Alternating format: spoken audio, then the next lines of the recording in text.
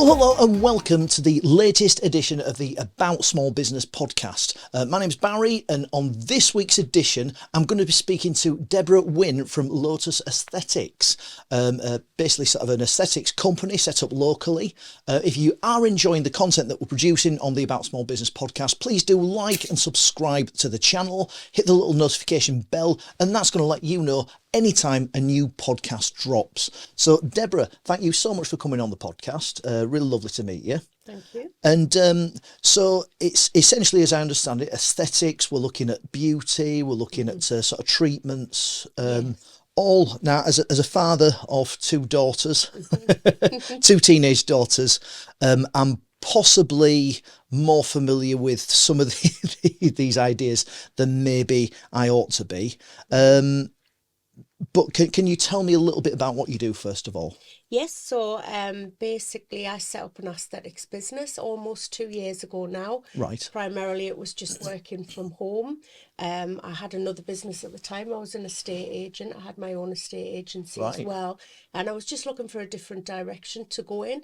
I've got a medical background. I used to work for the North East Ambulance Service as a medic. Did that for a couple of years, and then I left that because I'd always been in business and kind of missed the business world, but still wanted to use my medical training. So in terms of what you're doing now, what service does that offer for the uninitiated? Yes, so basically it's an aesthetics business. So you can come and get Botox and lip fillers, any kind of enhancements to just enhance your natural beauty, basically.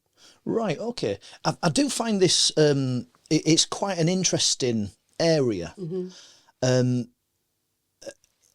I'm not quite sure how best to approach this, because in terms of enhancements and makeup and things like that, I think a lot of men sort of feel they prefer a natural beauty, but certainly the aesthetics, it's blown up. Yes, it has. What's caused that? I think social media, possibly. Kids watching YouTube and things like that. It definitely has gone in that direction. However, that's not what I'm about personally. I don't want to let someone leave my aesthetic practice looking too overdone or with huge lips or anything like that. For me, it's about keeping it looking natural. Working with people's natural beauty and keeping it so it looks totally natural, basically. Right, okay. So how would you go about that? Because I would imagine there may be some difficult conversations if someone's got in mind a look that they want, and you're then trying to say, this is going to work better. How do you deal with that kind of situation? Basically just talking to people and giving them advice and what you feel is going to work for them. And I have had clients come in, to be honest, who have possibly suffered with, you pick up on a little bit of body dysmorphia and things like that. And I don't treat anybody if I feel that is the case, basically. Right, so there's... Is that an official ethical code, or is that essentially your own moral compass? Well, it is my own moral compass, but it should be an official. Yes, it is or it isn't. Sorry. Well, some people would treat them.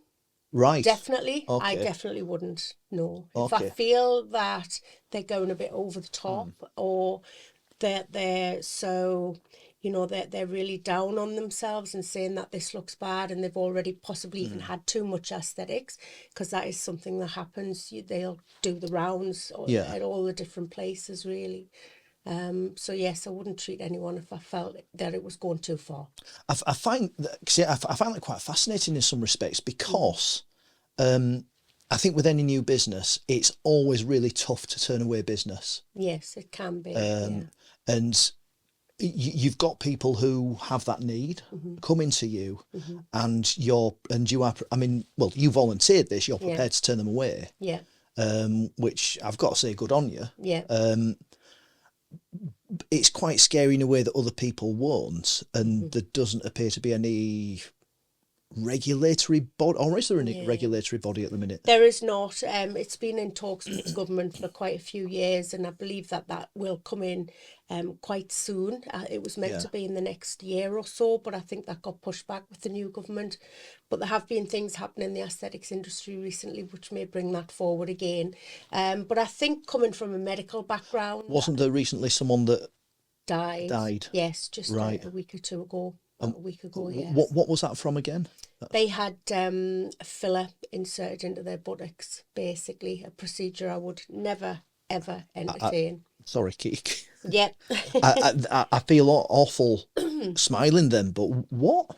Yeah, well, it is a thing, and some aesthetic clinics are doing it. They're offering bum filler and breast filler with dermal fillers. To me, it's wrong in every aspect. Like, you should definitely, if you're going for that type of a treatment, you should go through a surgeon in a hospital setting. You should not be using an aesthetic clinic at all. Yeah, wow. Yeah. It's that's awful. Yeah. It's and clearly we've just had a recent example of that going horribly wrong. It's the first person to have died, yeah. Right. So I think it's certainly probably legislation incoming then, isn't it? Definitely. It's wow. I mean, that's something I didn't know. So, I mean, you've talked very briefly about your background. Yeah. Now, you've mentioned obviously you were in business and clearly you've had jobs. You do love. I mean, when you were at school, were you wanting to work for yourself? I don't really know if I knew what I wanted to do when I was at school, to be honest. I think a lot of people are like that, aren't they? Yeah, I think I left school. I think I wanted to achieve things in life, and that drove me into the jobs that I chose. Were you academic at school? Were you? Not really. I was okay, but not that. But I was a very, very ambitious person. So I knew that I wanted to buy a house on my own and drive a sports car and have several foreign holidays a year. So that drove me into choosing career paths. Right. So you were lifestyle driven. Yes. And I mean, you've said you were okay at school, but the academia, that wasn't the route you were going to take. Not really. No, that wasn't for me. No, I wanted to climb the ladder and work my way up and get to the top of whatever I was doing. Yes. So did you leave school and then get on some sort of course, or were you? When I left school, I started working and I did sort of IT courses and things like that. And then I kind of took a year out and went travelling around America, backpacking, stuff like that. Wow. So I think life experience is my biggest and best experience, really. And then I came back and kind of settled down into the world of work and careers. And initially I worked in an IT company and worked my way up with them. What were you doing in the IT company? So I was working as like a project coordinator. And I did that for many years with Sun Microsystems, actually. And right, yes. Yeah, have you heard of them? Funnily enough, I used to work in IT recruitment. Right. My area that I would recruit for was Unix. Right. So yes. I'm aware of Sun Microsystems. Yes. So I worked for them. Initially, they had a place in Greencroft, and then they closed that down. And I went up to Scotland. I was there for a few years, and then I got promoted down to London, where I remained for about 15 years after that. Oh, wow. For them. So travel's something that... Yes, I've travelled the world. Yeah, definitely. And I've lived around the UK quite a bit. Yeah, no, that sounds it. That's fantastic. Yeah. Mm-hmm. So you're down in London, still working for Sun Microsystems. Yeah. And what next? Or what made you want to leave? Because, I mean, it was a big company. It was a big company, and I had ambitions to be a project manager and worked closely with project management as a project coordinator. And there didn't seem to be much progress for growth at that time. Right. And what they were doing down in London is they were taking on a lot of self-employed contractors.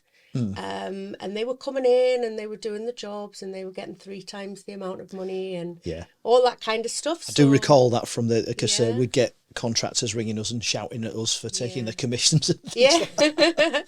Taking a commission off their wages. Yeah, I made a very bold and brave decision to hand my notice in, and then they rehired me as a contractor a week later. Right. Stayed with them for another couple of years. Right, fantastic.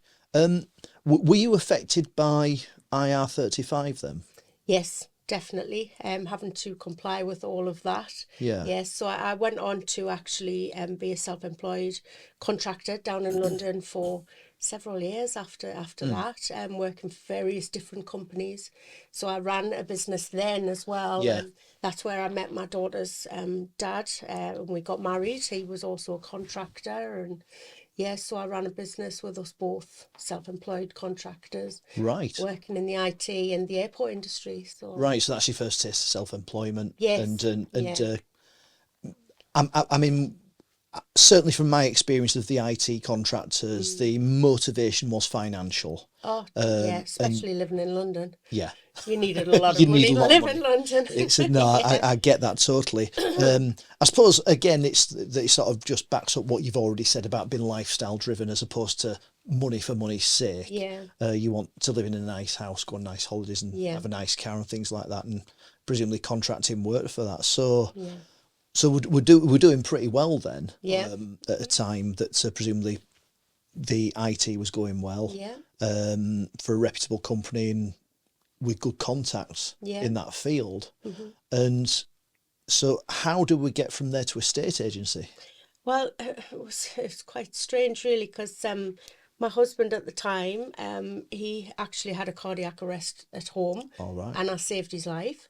Our daughter was only 1 year old and she was in the bath that night, and so he ended up in intensive care. And I kind of remembered that I always wanted to do stuff like that, help people, save people, life saving and stuff like that. I'd actually trained as a lifesaver before I went traveling America, and did that whilst I was there.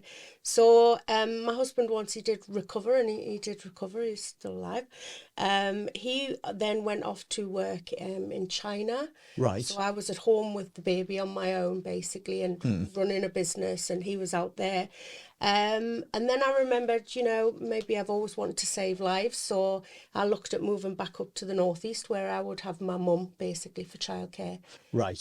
It's important, that support, isn't it? It's quite definitely, yes. I mean, big life-changing thing, obviously, having children. So I actually trained as a paramedic for the Northeast Ambulance Service when I first came back. That was the whole reason to come back. Okay. So I went from there, basically. Like I say, I'd always worked in business, so I did it for 3 years, and I loved it, and I love saving lives and helping people and stuff. But I missed the business world, so I left that and got a job as a medical rep, and I remained as a medical rep for like 12 to 15 years. Right. What was it about the business world that you missed? Being a businesswoman and interacting with people and bringing things to the table that people want, basically, and winning that business, but also helping people. So I didn't want to forget about the medical training that I just had, hence why I chose to be a medical rep. So I was selling products into the NHS in both wound care and skin integrity. And as a part of that, I would be training nurses in wound care and skin integrity. So I felt like I had the business side of it going, and the sales and the commissions, and back into the business world, but still using that medical knowledge, which I'd gained. And then basically COVID hit.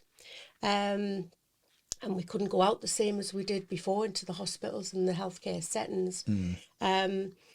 During my time working in London and obviously being a decent earner, I had invested in properties and stuff. Right. So it was something I was really interested in. I loved buying houses and doing them up and renting them out. And Whereabouts? Were you investing down in London? no, it was actually here. Ah, right. Because there seems to be, I think there's, I'm invested in property myself, and there does seem to have been, I'm not sure when it happened, but I think investments in London stopped being practical anymore. Yeah. And some companies, I think, just decided, right, okay, there's an opportunity where in the northeast, anywhere north of London, basically, in the northwest, northeast, you can obviously still buy a property for a fraction of the money. Definitely.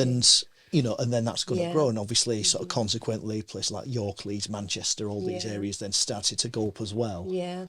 So it was just a passion, really. Houses was a passion. I didn't really have any experience in houses, but those programs that are always on the TV about where they buy them and they renovate them, I literally felt like I'd been studying those for 20 years. So I went all out. Which was your favourite? Go on, because I used to watch a lot of these. Which is your favourite? Homes Under the Hammer, Like I that, think, yes. was possibly one of the main ones. I do wonder if you like that, because generally Homes Under the Hammer, that's sort of symbolic of days off. Yeah. Is it right? Okay, I just get out of bed sort of around and say, oh, Homes Under the Hammer, just pop Yeah. that on. It's great.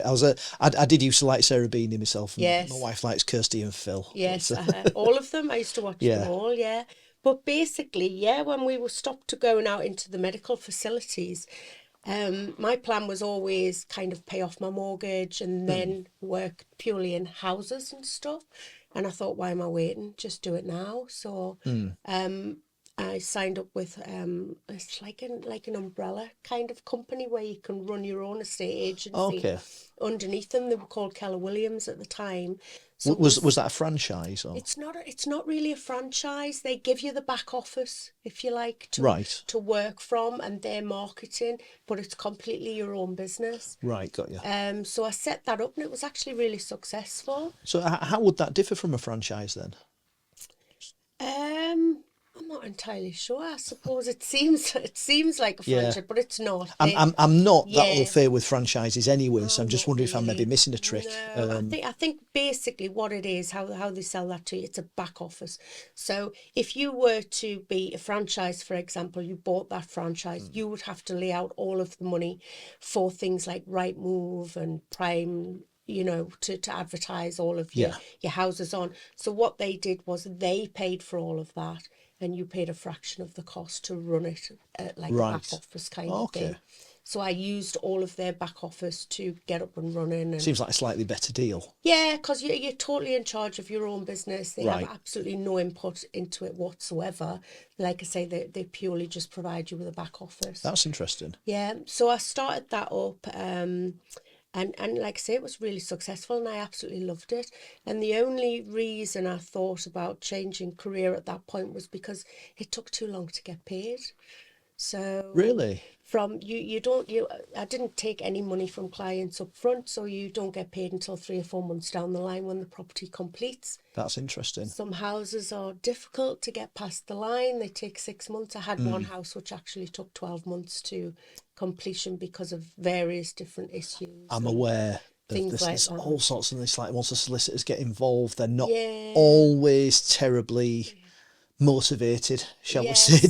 Solicitors were the vein of my life at the time. Yes, definitely. It's so I'm sure lots of really good solicitors out there, but I'm aware that they can be the cause of frustrations within the property market. So as much as I loved it, yes, I just the sort of constant cash flow wasn't there, so I thought I needed to do something a little bit. It's interesting as well because sort of cash flow. I mean, when I first started for myself, that was one of the things. It's like you can have a perfectly profitable business, but if it's not got the cash flow, the cash flow is probably a bigger cause of bankruptcy. Yeah. So I can, from what you're saying, I can see how that's a concern, to say the least, which is interesting. But and the other thing that I was told is that's how Tesco managed to get so big so quickly, right? Because they're a cash business, and I think the government's done something about it now, but they had 6-month terms with a supplier. And anyone that supplies Tesco's is like you've got to wait 6 months to get paid.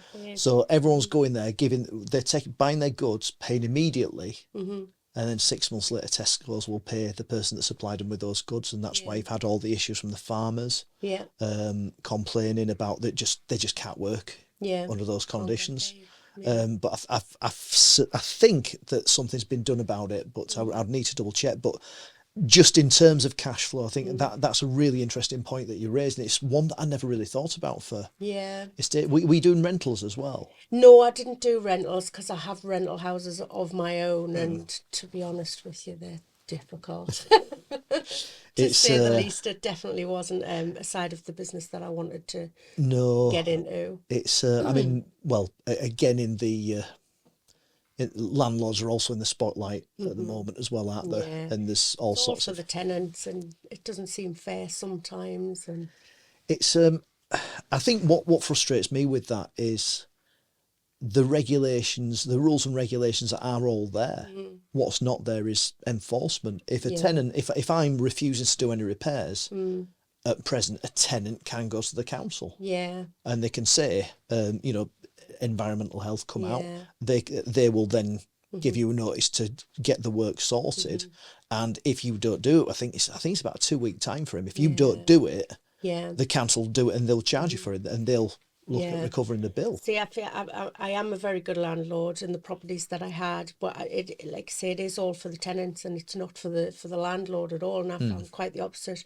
If a tenant of mine complained about anything, I would go and get it sorted straight away. Yeah. But I had quite a few properties completely and utterly destroyed by tenants, and there is nothing there for you to There's no recourse. that. I mean, I suppose you've got your bond, which doesn't cover it. It doesn't, does it? £500 bond doesn't cover £7,000 worth of damage to your property. No. And I had that twice on one property, and £5,000 in arrears of rent and things like that. So going into the rental side of things with the estate agency was never where I wanted. I think to the thing is, it's like, so you hear a lot of horror. You hear the horror stories like what you've experienced, but I think what's not talked about as much is just a tenant leaving.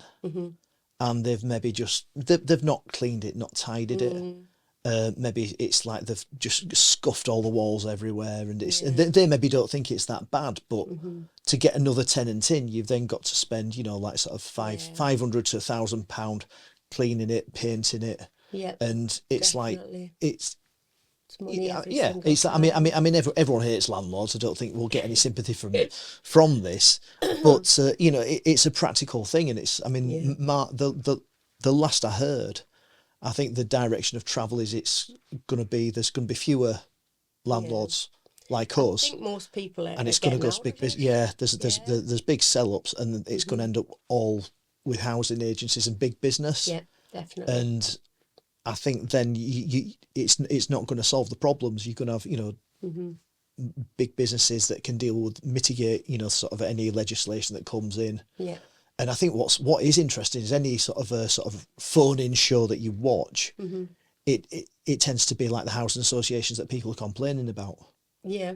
Is that poor little lad that died of the damp? That's housing association. It's not private landlords that have been causing the problems, and then they're going to be exiting the market. But so you've chosen not to do that, and I think understandably.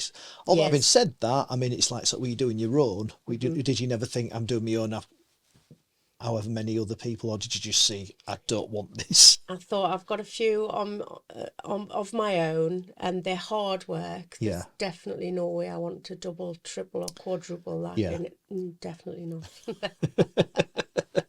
Yeah. In fact, I actually sold one of mine, so I've still got a few left, but I sold one to help me start the business, Lotus Aesthetics. Right. Okay. So, I mean, did you, your estate agency, did you then sell that, or did you just wind it up? Just wound it up, yeah. And then thought, right. So what prompted this direction though?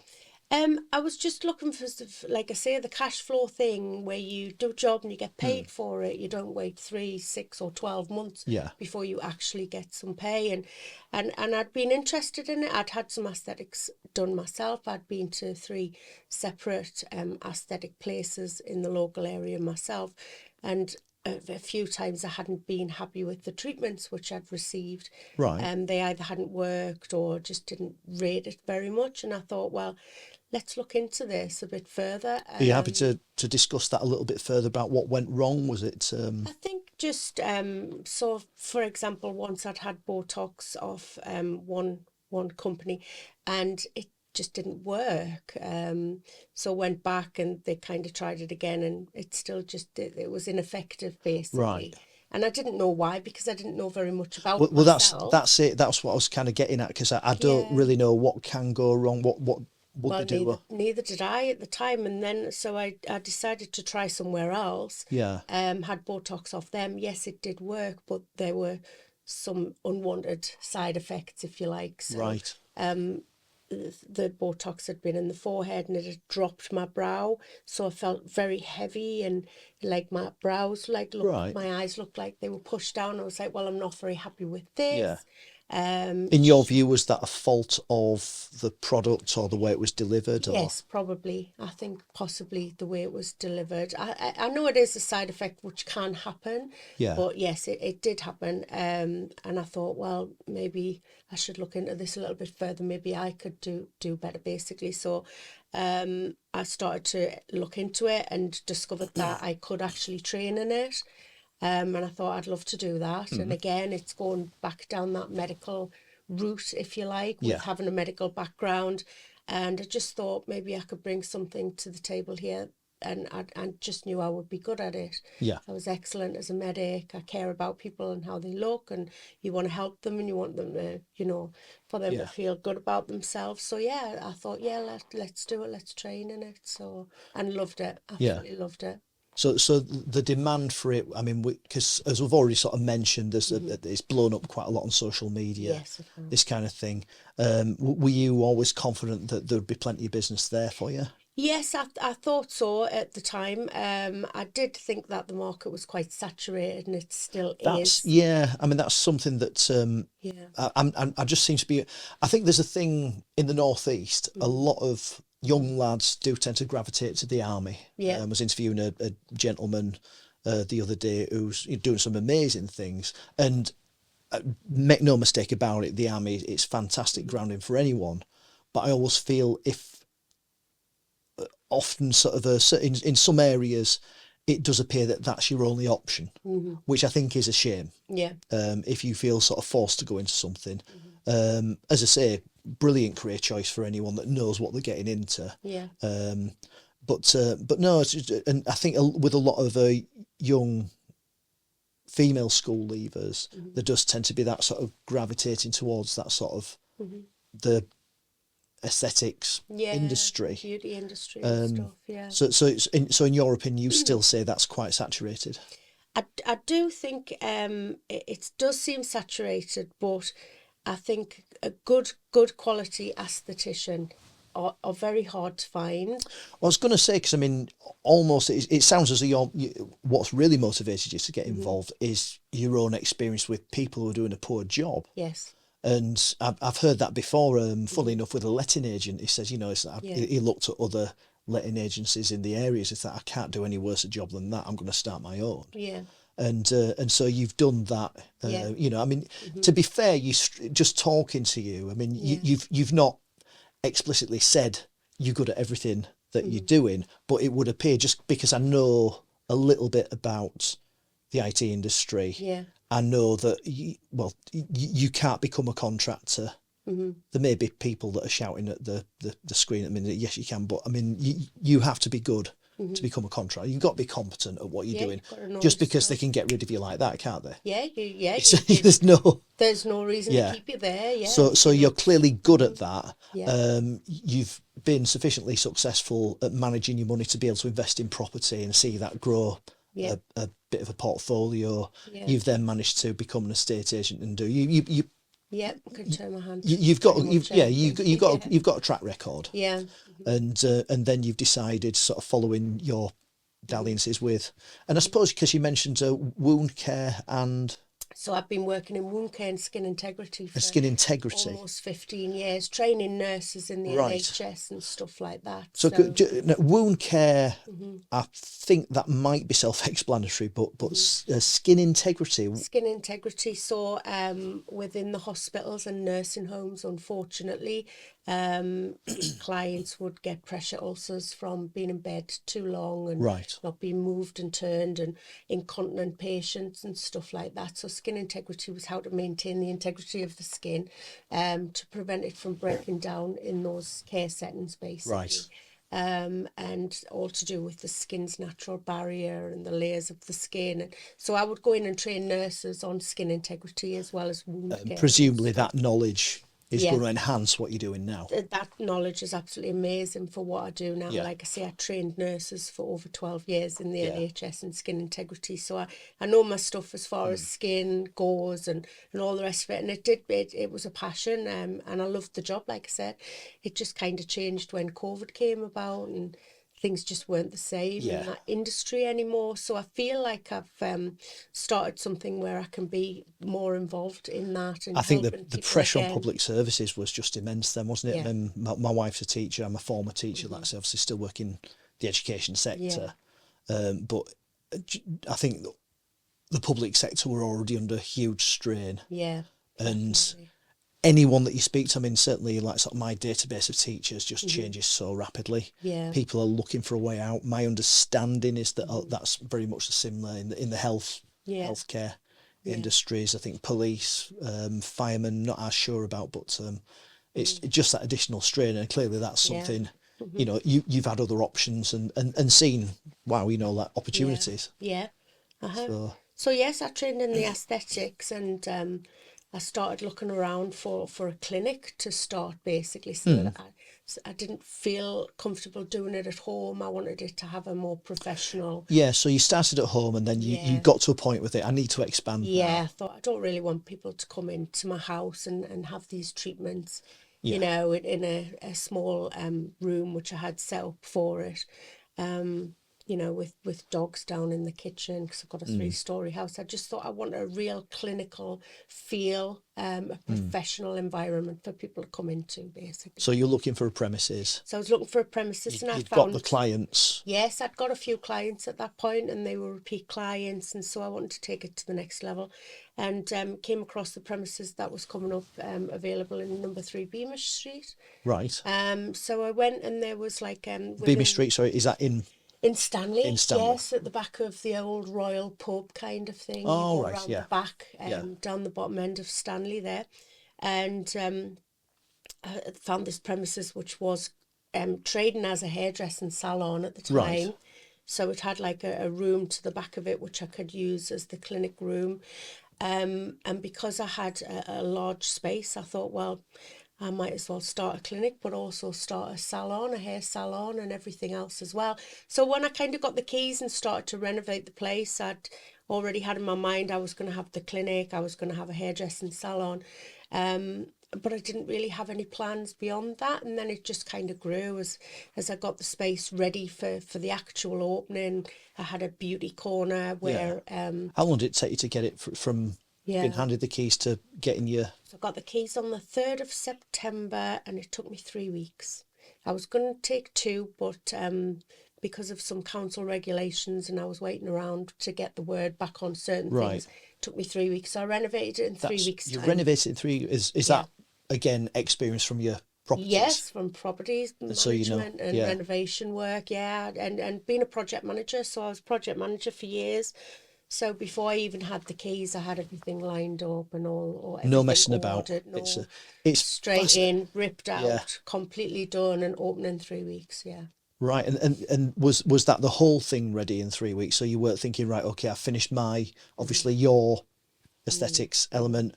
You weren't thinking, right, I'm going to start work on that while I then do up the hairdressers. It was just all done. Yes, it was all done, the whole shop basically, and ready to open. And in that time, I had interviewed for a hairstylist as well, and she was starting on the 2nd of October, so 1 week after I'd opened, the hairstylist came in. And then I found myself in sort of unfamiliar territory where I felt like I was going on this huge marketing campaign, if you like, to promote the business. I thought, I've never done this before, but so I learnt that very quickly. Well, that's interesting, because I mean, I would have thought certainly the estate agency. Yeah, I suppose, what I did with the estate agency led me into that quite nicely. But I suppose with the difference being, though, it's like with the estate agency, it's like, I mean, I'm not an estate agent, but I know certainly if there's a property I'm interested in, first it's Rightmove. I might look at one of the other portals. Yeah. But you've got very, very specific, and I know because I worked in advertising before. You've got your very specific areas that you just know you have to do that. Yeah.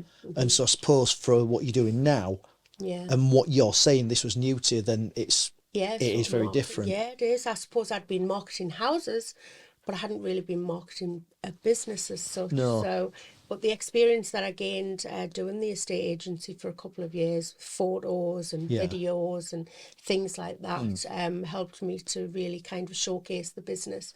Right. So what did you find was working for you well? Lots of videos and social media and having to get to grips with the social media. Whereabouts were you posting? Was it because I mean it seems to me sort of TikTok and Instagram would be the go-tos for your kind of business. Is that fair? It probably was. I didn't know how to use TikTok at the time. I think I've probably only started using TikTok in the last 6 months, actually. Right. But yes, I was putting together little videos and photos and just showcasing the business. So before and after pictures of the salon and during it, while it was all ripped out and it was a complete shell, and just starting to try and advertise that stuff. And then I feel, you know, it started out as a clinic and a salon, but then it just started to evolve and I started to get more of a vision about where it was going. The week that we opened, we had a beauty student from Newcastle College contact us for some work experience, basically, for a college course. She was absolutely exceptional, young girl called Jenna, very clued up, really enthusiastic. She came on board just for experience on a Friday. Within a couple of months, we'd moved her to also being our Saturday girl and like a paid Saturday job, if you like. And so we started building up the beauty side of the business at that point. So we were advertising for the aesthetics, the beauty and the hair salon as well. Jenna joined us on the 1st of September as a full-time apprentice with Newcastle College. She switched over from her beauty to the hairdressing because she took an interest in the hairdressing. So she's been with me for a year. We've just been open a year this week. And now she's joining us on like a 3-year apprenticeship as well. So that's been really good to help nurture new talent, basically. And I saw something in Jenna that I didn't want her to go anywhere else. I wanted to keep her, basically. She's all ours. Yeah, that's it. She's mine. Get off. Definitely. That's quite a fascinating journey, really, isn't it? Because you've started off, I suppose, just knowing thinking it was knowing about the lifestyle, knowing about the lifestyle. You've then gone through your project management, which I suppose equips you for so much. Yeah. And then, you know, sort of the property, and then sort of getting into this through, I suppose, dare I say, poor experience of service elsewhere, identified the market, got into it, and it sounds like you're nailing it. Yeah, and I love it because not only I saw I didn't actually plan on this, but when I started with the aesthetics, initially I thinking it was gonna be, you know, your Botox and your lip fillers like every other aesthetician does, but because of my medical background, it just started to evolve straight away. So for example, I had a client come to me with alopecia. It was stress related alopecia, and could I help them? Could I do anything about it? So I did a lot of research and found some medical grade treatments which were available to aestheticians, and started treating this client and basically really helped the alopecia. She went from having complete bald patches to full thick hair growth within a couple of months. Wow. During the course of that, and I really enjoyed doing that. So to me, it was taking on more of a medical aesthetic approach at this point rather than just cosmetic. So then I did some research on infrared saunas and bought an infrared sauna. So I spoke to the landlord who had an outbuilding at the back of the salon which was not used. So we renovated that and we've got a 4-man medical infrared VAR sauna. So I don't know if you know anything about that. But I was just about to ask, what can that do? So the infrared VAR sauna was developed by NASA to grow plants on space stations initially, but then they realised that the far infrared rays, so they can penetrate through the body by 2 to 3 inches, but they only heat the body and not the actual sauna room. So unlike your traditional steam saunas, it doesn't become uncomfortable to be sat in it, basically. But what that does, it detoxifies your cells, gets rid of all the metals. If you get rid of all the metals and the toxins from your cells, you reduce inflammation. Get rid of the inflammation, you reduce the pain. So for anybody who's living with chronic pain, like fibromyalgia, we've got a lot of cancer patients who are coming to use the infrared sauna, and we've had that endorsed by oncologists at the RVI and UHMD. Obviously, anybody coming to us with cancer and chronic pain, we've said check with your oncologist, and they've all said absolutely amazing idea. We've heard about them, so we have a lot of people who are coming to use the infrared sauna for chronic pain, but on further research with the infrared sauna, it helps with so much. So it can reduce high blood pressure. So it's good for heart disease patients. It's been proven to help with the cognitive ability of people suffering with dementia as well. As far as going back to the aesthetic side of things, it induces collagen and elastin into your skin and improves your circulation. So I'm going to say, I mean, your traditional saunas have got all sorts of health benefits, haven't they? Yes. I suppose this just takes it that stage further. Yeah, it's absolutely brilliant, and it's working so well, and it complements everything I'm doing. But going back to the client I treated with alopecia, it was the treatment which I was giving her, which were medical grade, but that was backed up by half an hour in the sauna after every treatment, right? Which improved circulation, therefore improved blood flow to the scalp, for example. Right. So I treated her for about 2 or 3 weeks, and we had the sauna on order. And we saw very little improvement. And then as soon as she started using the sauna, it was just like whoosh. The improvement within the treatment was amazing. And that must be rewarding. The sauna. That must be rewarding. It was very rewarding. And so, you know, I definitely think of myself as not just your regular aesthetician where you go for lips and Botox. I can help you with scarring. I can help you with alopecia. So I had another lady, for example, who'd had skin cancer of the face. And she'd had that cut out, and it left quite a lot of scarring around the face, and she was really quite self-conscious and didn't want to go out anywhere, and asked me if I could do anything again. And with these medical grade treatment products which I have, we've got one called Repair, which helps with scarring. So after even 1 or 2 treatments of that and the use in the infrared sauna, the scarring, which was very significant, started to massively reduce. And so basically it's not just your lips and Botox. I can help you with lots of other things as well. This is why I find doing this so fascinating. Because you will come in, all I know is like aesthetics, and it's my interpretation of that. I'm, I suppose, a relatively typical man of my age, shall I say, that doesn't get too involved in that. I'm aware that my daughters, you know, and my wife, they all have different aesthetic things that they do. And you know, that's obvious to anyone looking, I think. But it's been a really fascinating story. Where do you see things going from here? What's the future? Because I mean, this is, I don't know, is this the latest thing that you're enjoying at the minute? You might fancy doing something else, or no, I don't think I'll switch career anymore. I think I've had enough career paths in my lifetime. This is something that I'm really, really enjoying. I feel like I found my niche now. I've got the medical thing going on, and that ability to help people and to fix them and to help them feel better about themselves, whether it be aesthetics or the medical side of it. I'm loving running the business. I never really had myself down as a boss before, but obviously I've got 2 staff members now, and I'm really enjoying that, being a manager, you know, being a boss and stuff. And I feel like I think I'm succeeding at that. So that's an achievement in itself, and I'm really, really enjoying it. And I think if I had anything to go for from here, would just be improving myself constantly, latest innovative things, and just helping more people. And I definitely like the medical side of the aesthetics rather than just the cosmetic side. Maybe open another shop at some point, possibly grow the business in that respect. Sounds fantastic. Well, I mean, you've got a good track record behind you. I'm sure that Lotus Aesthetics is going to go from strength to strength. And Deborah, thank you very much for coming on. Thank you. It's been an absolute pleasure. So,